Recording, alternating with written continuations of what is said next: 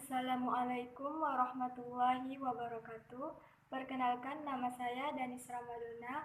Saya perwakilan dari kelompok 3 yang ingin mempresentasikan materi yang berjudul Hubungan Pembukaan Undang-Undang Dasar 1945 dengan Pancasila. Apa sajakah hubungan timbal balik antara Pancasila dan Undang-Undang Dasar 1945 tersebut?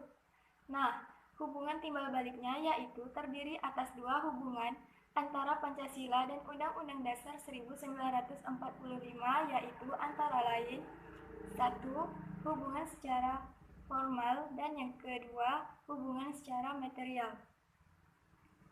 Salah satu contoh hubungan secara formal yaitu Pancasila mempunyai hakikat, sifat, kedudukan, dan fungsi sebagai pokok kaidah negara yang fundamental, yang menjelmakan dirinya sebagai dasar kelangsungan hidup negara Republik Indonesia yang diproklamirkan tanggal 17 Agustus 1945. Sedangkan hubungan secara material yaitu adapun tertib hukum Indonesia bersumber pada Pancasila, atau dengan kata lain sebagai sumber tertib hukum Indonesia yang dijabarkan dari nilai-nilai yang terkandung dalam Pancasila. Selanjutnya, poin B. Penjabaran Pancasila dalam batang tubuh Undang-Undang Dasar 1945. Pembukaan Undang-Undang Dasar mengandung pokok-pokok pikiran meliputi: 1. Persatuan, yaitu negara melindungi segenap bangsa Indonesia dan seluruh tumpah darah Indonesia dengan berdasarkan atas persatuan. 2.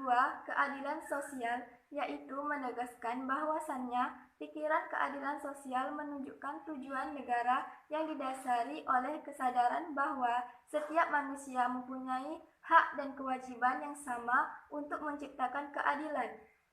Yang ketiga, kedaulatan rakyat, mengandung konsekuensi tinggi bahwasannya sistem negara menegaskan kedaulatan rakyat berada di tangan rakyat dan dilakukan sepenuhnya oleh MPR. Dan yang keempat, rekap pelajaran 3, yaitu menuntut konsekuensi logis bahwasannya mengandung arti takwa terhadap Tuhan dan pokok pikiran kemanusiaan yang adil dan beradab, bermaksud menjunjung hak asasi manusia yang luhur dan budi pekerti.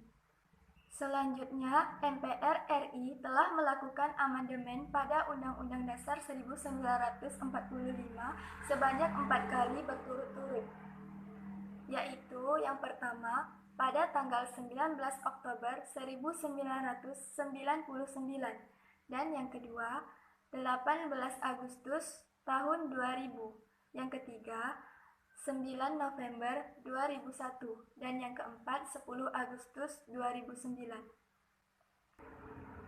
Kemudian yang sudah ditetapkan dan dikelompokkan dalam 3 bagian yaitu: A. Pasal yang terkait aturan pemerintah negara dan lembaga yaitu Pasal 1 ayat 3 dan Pasal 3 ayat 1-3. B.